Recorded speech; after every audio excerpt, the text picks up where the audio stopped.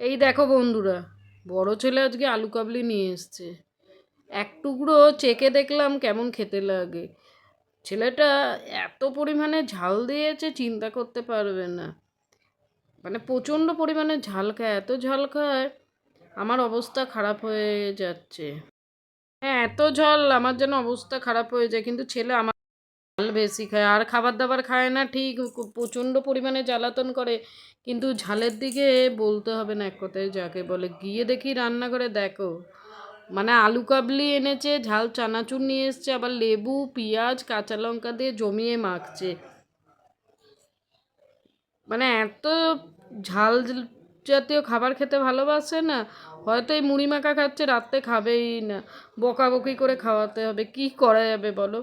সব মানুষ তো একরকম হয় না বা সমান হয় না, এক একজন থাকে এক এক রকম। চলো তাহলে ছেলে মুড়ি মাখুক, আর তোমরা ভিডিওটা ভালো লাগলে একটা লাইক করো আর কমেন্ট করে আমার পাশে থেকো। তাহলে দেখা হচ্ছে তোমাদের সঙ্গে নেক্সট ব্লগ।